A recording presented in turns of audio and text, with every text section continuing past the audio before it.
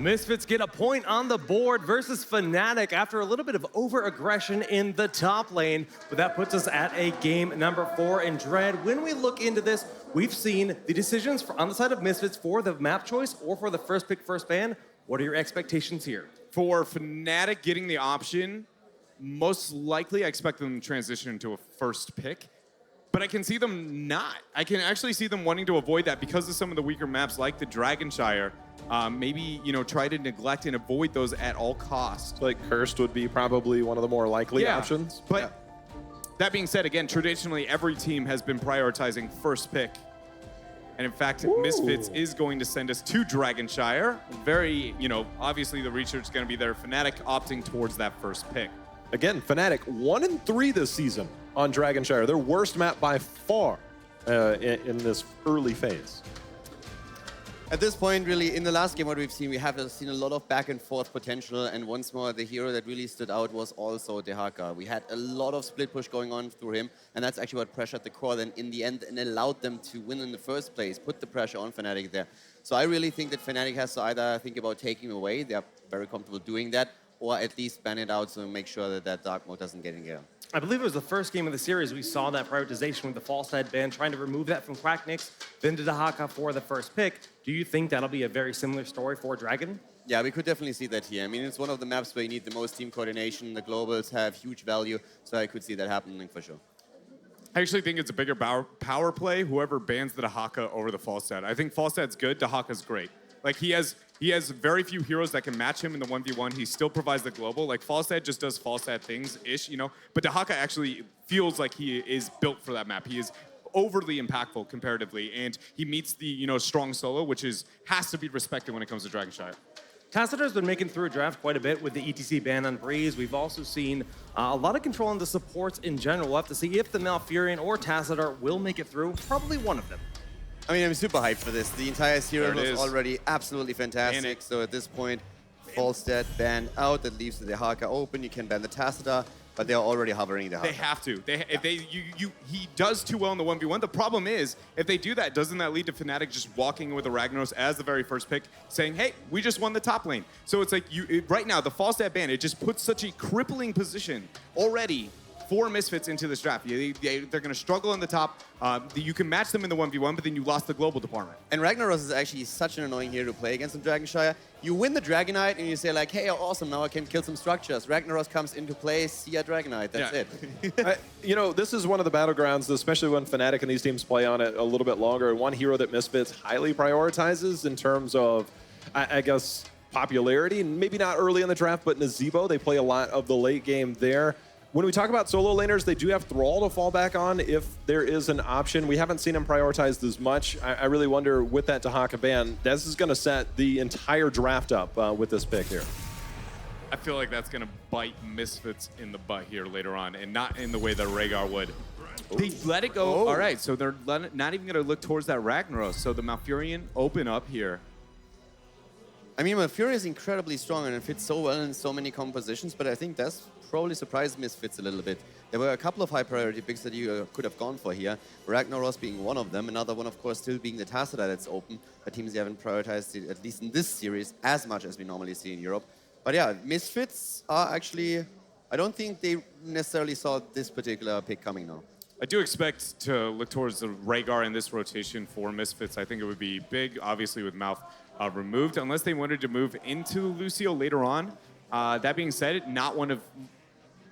I wouldn't suggest this as like a Lucio main map, and again, without the cleanse, it's going to be very easy to punish. I would like to see, again, prioritization towards that top, and then maybe the Rhaegar. One thing that Misfits has tried in the past is the double specialist combo of Zul and Nazeebo. It's a good point. Can kind of follow follow up on that, although with Tassador being let through, a little bit too tempting to pass up this time around. Our Tassador-Vala pairing coming through for Misfits. But that's exactly what we said when the series started. The teams are really starting to actually mind game themselves a little bit. They're really thinking about, okay, what can we get away with here? And they adapt that draft according to what I've seen in the series before. This is exactly the beauty of a best of 5 that we're having here. Think about this. Tassador leaves open a support with the global, where otherwise you might shy away from it. Brightwing could be an opportunity now for Misfits. So the Tassador could help supplement a lot of those lack of burst heals or the overall heals in general by going that route. Yeah, that's a really good point you bring up. It is viable to see Brightwing go in that direction. It's not going to be nearly as effective, obviously, as the Falstad or the Dahaka because she has to walk there unmounted by herself and then get the global down to the opposite shrine. So it is not nearly as effective, but it is, something I failed to consider. Just look how long these picks are taking right now compared to everything that we've seen so far over the last few days. I would really like a Zarya in this match on the side of Fnatic, actually. It doesn't seem to fit their style. But it is a hero that I think could be pretty impactful. It's actually amazing how low Zarya has been prioritized across the board in this tournament. Do you have to ban Lei Ming here to prevent that same follow-up combo that we saw earlier? I would avoid it because of the map. Last time we had Sky where Lei Ming is really, really valuable, whereas now I feel like Jaina, again, is going to be meeting that more than the Lei Ming. Yeah, Medivh tends to allow you to give those portals. When you talk about the ability to engage and disengage, you have 4 seconds before you can disengage on Greymane. Varian lacks a lot of mobility. He can go in, but it's very hard for him to get out. If you have that protection and the portals, Medivh can definitely supplement that lack of momentary mobility. So Medivh might actually be a much better ban here, I think, when we look at Fnatic. I like it a lot more, just simply because they already struggled so hard on Infernal Shrines, our first map, when the Medivh and Varian combo came in. And if you then have the protection on Greymane on top of that, I really think that would be a bit too strong to get. Dread is speechless. Yeah, I'm thinking really hard. Hold on. I had something to say, but I may take it back. Give me a moment. Well, you were talking about the Lucio as a potential ban here. I mean, overall, do you still like that as the option, or is just the fact that we still have Rhaegar available, it's irrelevant, they have to look towards the front line? I feel like cleanse is needed. I mean, we've seen Chromie played on this map by Fnatic. We've got huge CC potential with Varian. I mean, they could go Karazim again, but Lucio's It's scared. not only that. Think for a moment about what we saw in Sky Temple when Fnatic really played this combo perfectly. The Greymane Varian. Of course, they had to finish on top of it as well, but they bursted Muradin's away within like half a second. And this is something that currently goes through Misfits' head. They're thinking, okay, guys, we had huge props on Sky in every single team fight with our front line. How do we solve this now? I'm really confused about the Medivh ban. I see where everybody's coming from when it comes to Medivh Varian and the kill potential, but let's take a minute to appreciate just the 1-4 lineup on the side of Fnatic. If somehow Medivh made it through and was picked, they have no wave clear whatsoever, a bit of kill potential, but not necessarily the best follow-up when it comes to the damage, and they absolutely need a top laner. Not a single hero outside of Greymane in niche matchups can be that solo laner up into the top lane. So, like, I honestly feel like Misfits completely wasted a ban. All you do is negate the 4-man kill potential just purely off Tassadar and a reasonable healer. Nothing's dying there. You secure, by banning a top laner, a winning, successful top lane for your own team. From Misfits, I want to see them stay away from Zeratul. I think it's tempting for them. Ragnaros is definitely there. Yeah, like, he would fit the solo lane role, I think, very well. Obviously, Tassadar Vala will be paired up in the 4-man, but I just don't want them to try and get too weird with it. I think they've got momentum on their side. They've got a great start to the draft with Vala Tassadar. The Brightwing is... Not like this. Not Brightwing, please. They're going to go... There we go. Double front lane, take M1 away. Because that is something I could have seen Fnatic do, going into the Leoric themselves. They love that hero, but we have once again Misfits going for it and the Ragnaros. So this is actually like a really cool situation for Misfits now. I think the one thing that I think about when I see Ragnaros is, what do you follow up with? Or what do you follow up on? Like, there's no hard CC. Maybe you can get the Entomb, you land the Sulfura Smash in there. That's really what you're going to look for, I think, when you try and get that value out of Ragnaros. But you do have your strong solo laner. Fnatic still needs somebody to put up there, unless they're opting to keep Greymane as that solo laner, which I think Ragnaros definitely wins that. Yeah, Ragnaros wins it, but Leoric loses it. It's actually really interesting, because Leoric, when the Drain Hope comes in, Leoric actually just gets out damaged by the Greymane whenever he goes with the 10% damage reduction, at least for a couple of levels. And so it cripples Fnatic's options towards that top lane because they've completely neglected it. And considering they don't have necessarily the greatest follow-up here, I can't help but they have to go to a Jaina. Like, the one thing that I want to see Leoric do, though, is Bloom replace him again. I want him to adjust the build a bit that he played in the last game. Definitely on the level 1. He doesn't necessarily need the block here. I really want him to go into the range so that he has a chance of actually doing something in those team fights. Looking at Tyrael, Greymane, who's your solo laner here? Tyrael, for sure. Tyrael. It's Tyrael. Yeah, Tyrael is he's like the Tassadar of warriors when it comes to solos. He just doesn't really lose. Like, he's fine against any matchup. So he's a nice placeholder for Fnatic. It has to be Rhaegar as this last pick. Like, originally I thought maybe the Lucio comes out, but I think with just the raw AoE CC and obviously Chromie, Rhaegar has to be you has The one thing on Rhaegar that I'm praying for here is level 13, so that you get that Earthen Shield. I mean, just look at the blow-up potential that we have here. Varian initiates, you have at the same time Chromie hitting the spells, Greymane with a bullet. I mean, whatever is on the receiving end of that one is so as good as that. So you need something that can help here. Tassadar needs to throw the shield down, needs to make sure he has the cooldown ready, and then we need to have an immediate burst healer. Karazim. Palm.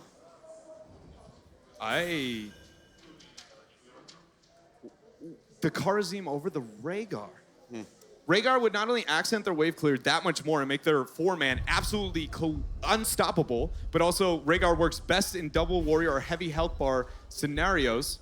The Tassadar does ease up and allow the Karazim to become more viable, but I guess the argument is post-16. They think they'll be so successful that post-16, they'll make it to 16 without worrying about the Chromie, and then Chromie just becomes irrelevant, at least when it comes to heroic choice, which is going to force her to go into sands.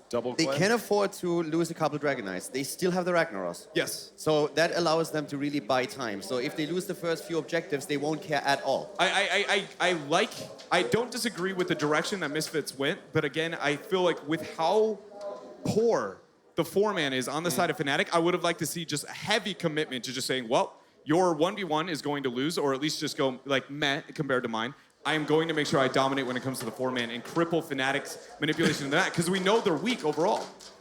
I'm actually really interested to see the build that we have on Vala. We've seen a couple of scenarios. Lumpy as a fan. Lumpy as a fan. Unfortunately, he doesn't have the screen there.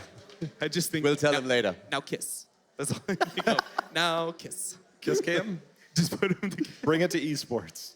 Oh man, but I don't know. I think this is the first game I can say I like Misfits draft more than Fnatic's, or at least I can say I feel it's a 50-50 for the first time in this series. Wow. Which makes me, with the map being so poor for Fnatic, I feel like I'm leaning towards Misfits in this series. All right, well, it is time for game number 4 between Misfits and Fnatic. How do you feel about these drafts, Gillyweed and Trick?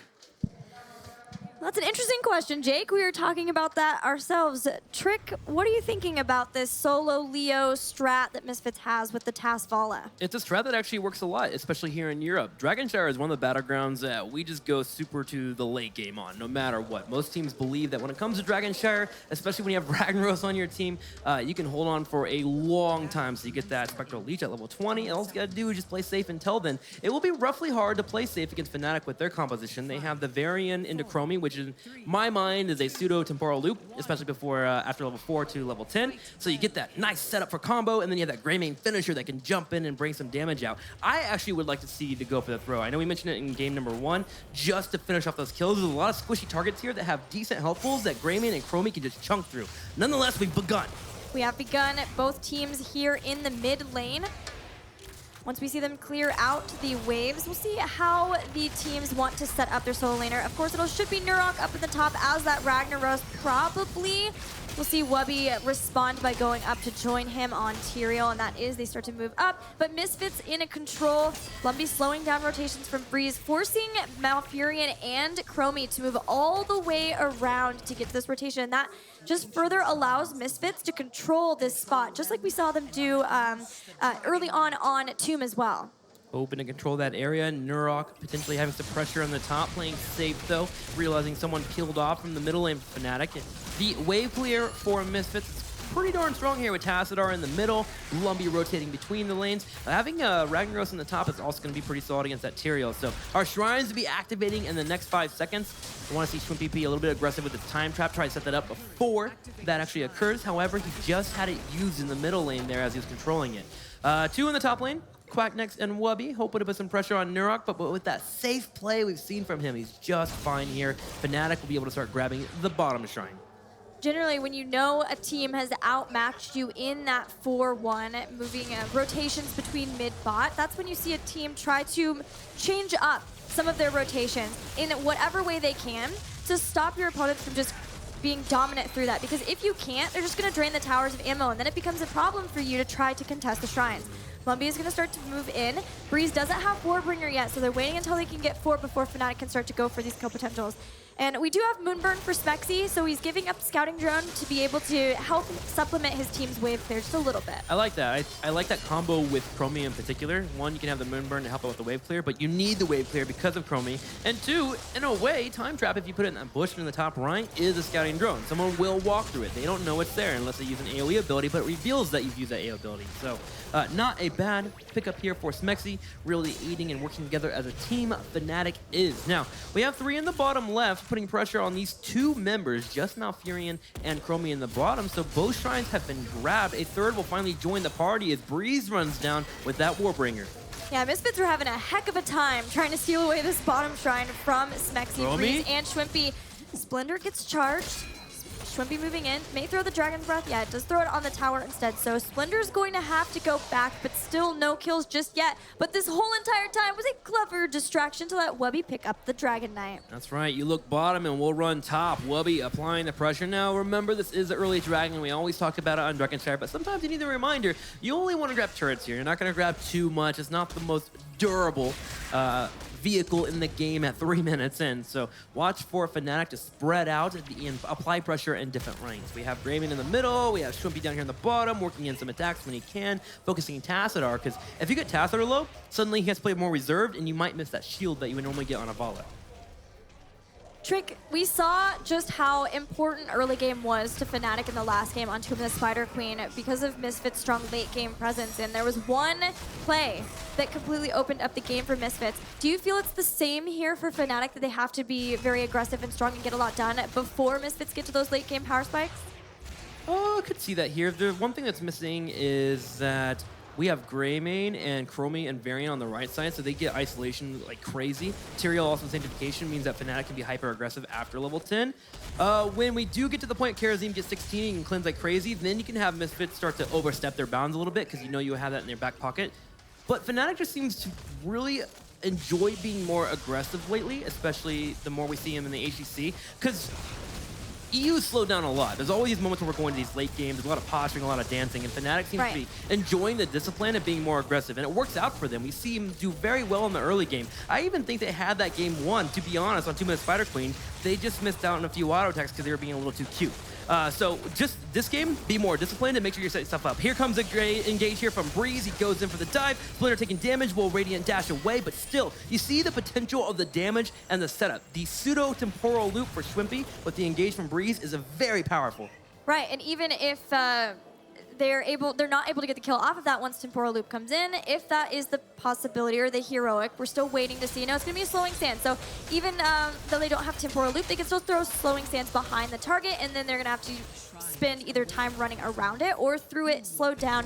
Might be the difference of being able to net Fnatic these kills that they've been so close to getting so far. Yeah, same reasoning as last game. There's a Karazim here with a level 16. It's too strong against Temporal Loop. It's really hard to actually utilize it in the late game. So just going for the slowing stance is much better, and you have your pseudo with the variant charge in. So now we're moving towards level 10. The clear has started to slow down a little bit for our teams, but Shrines activating should put pressure on the battleground once again. So I want to watch the rotations between Fnatic in particular as we get closer to level 10. A 1 or 2 pickoffs could be great for them because it gets them closer to that level 10 so they can make a power play to finally get a fort.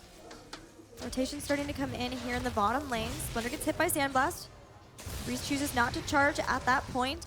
Happy to pick up the Shrine. Once again, Fnatic controlling both of them. But Blumby is in middle, slowing down, not allowing Greymane to pick up the Dragon Knight, at least at this moment. Charge in on Hasselhoff's low on health. Schwimpy setting up the Sandblast is not connected. He's currently invisible with that dimensional shift, but they have opened up the middle. The dragon being available. Blumby taking some harass here. Quacknix not immediately going for the dragon. Trying to work down Blumby so it gets to a point where he doesn't want to deal with potentially an all-in kill that could happen, especially with 10 on the horizon. Schwimpy on the left side. There goes the stun, and we're gonna have Splendor coming out with the death as Chromie is able to hit the abilities. And just as both teams got heroic abilities, with the difference again being that Chromie had Slowing Sands for 2 levels, threw it down. Finally, the first blood coming in at 6 minutes, 40 seconds. You warned me that this could be a long game. Is it shaping out as such?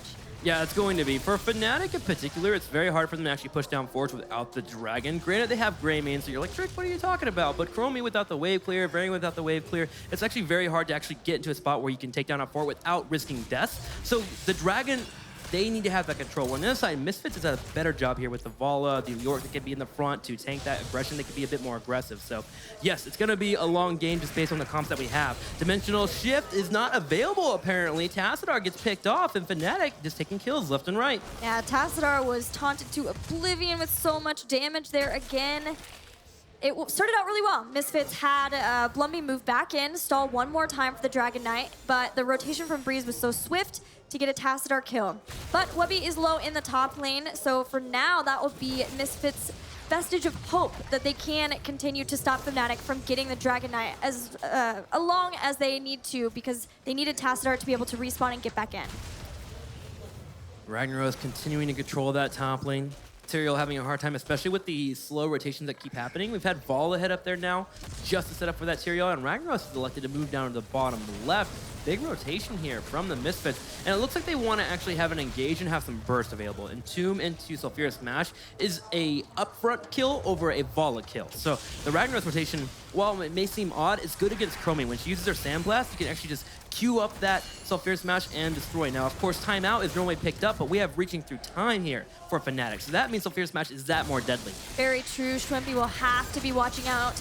And so will Karzim, but Splinter gets the palm. Gets rooted again, though. He's still in the slowing sands. Beautiful taunt. And even with the Divine Palm, Fnatic still picks up a kill. Constantly getting the kills at the right time that they need to have a one-man advantage so that they can try to get this next Dragon Knight. And the use of abilities was beautiful there. If there was ever a moment where we could have had Karazim actually use Radiant Dash, he would have gotten away. But the root stopping him into the immediate stun slash taunt from Varian locked him down long enough for Chromie to get the takedown. Now, another Dragon awarded to Fnatic. The control has just been too much. 13 to 12, and Quacknex is looking for a push here in the middle. Usually you want to use that Molten Core in the middle because you can actually siege down the Dragon as it rotates between the bottom and the top side, and it's also easier for Ragnaros to rotate out when he comes out of it. So you usually push down the middle, force Ragnaros to actually happen, and then rotate to a different lane. So nice textbook play here for Fnatic. They can look towards this fort. Misfits took what they could out of that Dragon Knight pickup for Fnatic. Webby had to sacrifice himself to stay in the top. There was an Entomb on Smexy. Blumby, though, caught because Quacknex was body blocking so many members of Misfits from being able to do much more with the Entomb. So that is one cooldown down, though it is a short one. Yeah, but Tyrael falling victim earlier. Fnatic is having to wait it out. Not really applying too much pressure. Using the Dragon to clear out the waves in the middle and the top so they keep that experience lead. But had Tyrael been there, they could have matched against the 5v5 there. Hasselabs, look at that Chromie focus. If he ever does get hit with the Dragon's Breath into the Sandblast, down to almost a quarter health. It's scary, but again, once Misfits ramp up and get into the later game, there's going to be a lot of shielding available from Tassadar. They've been liking to get that shield battery at 20 to supplement as well as to help Karazim with his heals too. So it is a scary point, but all of the forts remain for Misfits, so that is a very nice thing for them. Only half level down to Fnatic. Mercenaries grabbed here on the left side. And this is why we go to late game. Look at all the forts currently up for both our teams. One team usually can control the early game well, but you can't break down a fort with the Ragnaros being there, that Molten Core. So they have to wait to a point where the game actually has a situation where death timers are elongated to the 40 to 45 second mark for you to actually make a play. So that's why we see our drafts actually moving towards those late game scenarios. Control for Fnatic.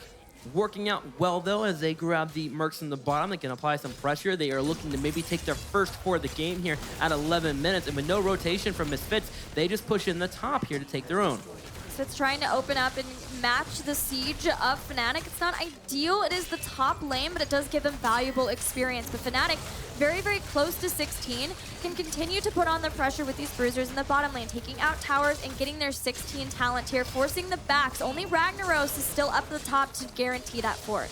Yep, slowing sands in the back left, also give vision. There's a big engage here. Taunt going down. Palm does pop out to help out with the engage here for Darkmox, so he will survive. So nice job there by Splinter. Blumby goes to the Entomb, but sadly, he misses out on the engage, and that will stop the counterattack from the Misfits.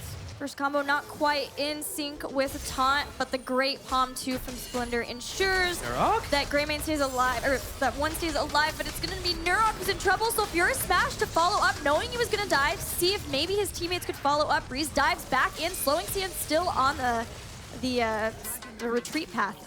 Yep, still on the left side there, revealing if anyone actually touches that well, and Chromie is continuing to poke. Wubby has snuck off and grabbed the bottom shrine, though. And do look, 16 to 15. Fnatic has a nice advantage here. 5 to 4, the map is open for them. They have Chromie in the middle, so if they get any good poke here, and they make another person get weak, they can take the dragon for absolutely free. There is a scuffle, though, in the bottom left of these Giants. I actually like this move from Fnatic. They made that move to run to the bottom left of Giants to make Misfits pull away so they can sneak someone to the middle to grab the dragon. Ugh, that was such a great rotation. Another Dragon Knight for Fnatic. Let's see how much success it brings them. They've already taken out the fort in the bottom lane. Getting a kill with this would be icing on the cake, but Misfits are at least going to be able to get their Giants in the nick of time. So now Fnatic moves back up with the Dragon Knight here. Gonna siege in the mid, gives them a little bit of experience, and again, just opening up the battleground. Also up, continuing to get poked here. Here's the Molten Core. Now they can make the decision here to go full all in on this actual Ragnar's Molten Core, burn it down quickly. They're kind of teetering on the side here. Breeze taking some damage, getting poked, but Smexy will keep him alive for now with the health, and Schwimpy continues to poke that choke there. So suddenly, Misfits has to decide as a unit to move through that choke and maybe get hit by a Dragon's Eye, or they have to go all the way around, and they have looked to go all the way around and give up space here, so Fnatic is able to get a big concave. Greymane's on the way to join in. Seems like the right decision to be able to make the safe rotation. Wubby's still fairly healthy with this Dragon Knight. Just trying to start throwing down the Dragon's Breath and put pressure onto the keep. Oh, Darkbach! Oh, the damage! Palm is there too, though. Breeze barely in there and finally takes out Vala. Not enough for Twilight Dream, and more coming out for Fnatic. They are looking hungry. Quatnick's getting the attack, and Splendor on the left. Another Dragon's Eye coming in. We have Blumby on the right. He will be able to escape, but only an Archon and a Skeleton to defend. This keep is getting focused down. Fnatic gets another pick here as well. Tim, there are 4 members down for 20 more seconds. Only Leoric remains. Fnatic jumping on top of the core. It's only 14 minutes in. They have 18 Quatnick's to 16. get on the core. Leave Leoric alone. Just get on the core here. Okay, so he gets into there at the last second here. 8 seconds until Vala does pop in. Fnatic is going for it. Could we have an early Dragonshire game? Vala up in 3 seconds. Breeze has position here to go for a taunt into a Warbringer to stop his team. Quatnick's working in the auto attack. This might just be game. So Fierce Match comes out. Darkbach working the attack. That's it. Fnatic takes it 3-1. Fnatic victorious in our winners finals of the Western Clash over Team Misfits. It looked scary for them momentum-wise. Yes. They lost that last game. It was a demoralizing loss that they were so close to taking it out, but able to rally together as a unit. And they will move on to the grand finals. Deservedly so. There was some worry that maybe after that 2-month Spider Queen, there could have been a little bit of tilt, and suddenly Misfits would be in a spot where they can come back as such a prestige team. But Fnatic looked at themselves, ready to play their strategies, took a deep breath, came into Dragonshire, and looked dominant from start to finish. Their solid ending, and again, they'll be in the grand finals waiting to find out who they'll be facing off against between Team 8, Misfits, and Dignitas. One grand final spot secured by a team who I would be terrified to play against, Tim. Their synergy is on point, able to rally together. They look like, man, the BlizzCon Fnatic, they're just fantastic. Yes, the early game aggression in particular is great to see from Fnatic. They are working in strategies to make sure that they have an early game lead. They can control the map from there. It's not even like wave clear like we've seen in the past. Regardless, let's head to Paul out front, find out what he thinks about the matchup. Yes, thank you very much, with Quack. I jokingly said to you when you walked over to me, this is looking kind of easy, and you said, should have been a 3-0. Yeah, I mean, once again, we talked about it yesterday. Once again, we had the opportunity and the chance to straight up 3-0 them very clean, but I would say I threw that game pretty hard, and then we choked a bit, and just small misplays that, small misplays that give them so much because we're so far ahead, but yeah, we're doing good. It's the only map you've lost so far at HGC Western Clash, the only map you've dropped, and only 7% separating you as well. I want to talk to you as well about this whole mentality thing, because last year you gained a reputation, rightfully or wrongly, that sometimes when you were 2-0 up, games would get lost that shouldn't have been lost. And Does that creep into your mind when you lose a game like that? How do you come back to going, okay, we can still do this? Yeah, I mean, it's obviously a bit scary since in the history it has happened so many times. But I mean, we are feeling, I mean, it should have been our games, as I'm saying. So once again, we're feeling we are the way stronger team today. And we just have to say, whatever, go next, just focus on next game. Because we know if we get our drafts and play good, we're going to win. And in terms of the draft, yesterday you focused very much on, we're going to get what we want. How did that work out for you today against a team who are very strong sometimes against the draft?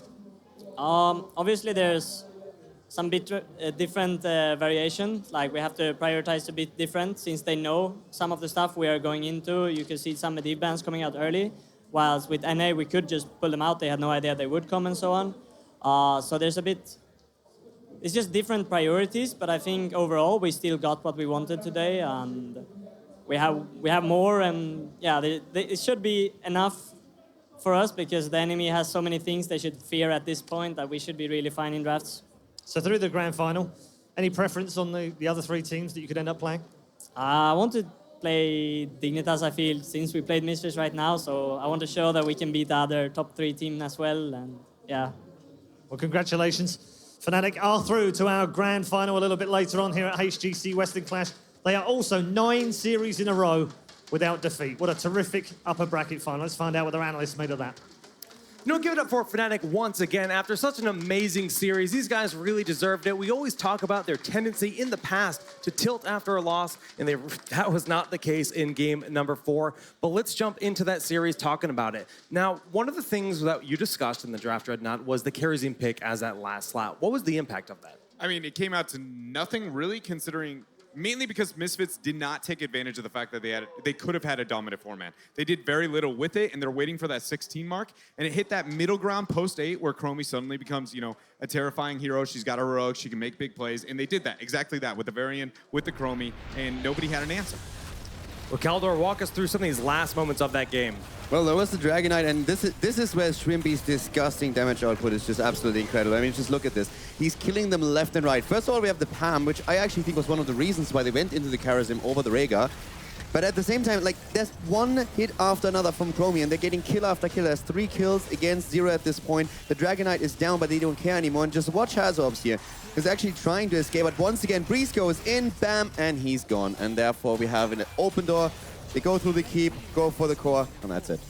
I was sitting backstage, me and Grubby were watching this together, and I was like, I think I need to go back up to the desk now because something could happen here. 1 pick, 2 pick, just like he said, he could not miss. Yeah, exactly. I mean, Shrimpy definitely confirmed that he's the best Chromie in Europe at this point. That is absolutely insane. Can you say world? Because I don't see many people playing Chromie. Okay, I'll say Shrimpy definitely the best Chromie in the world there.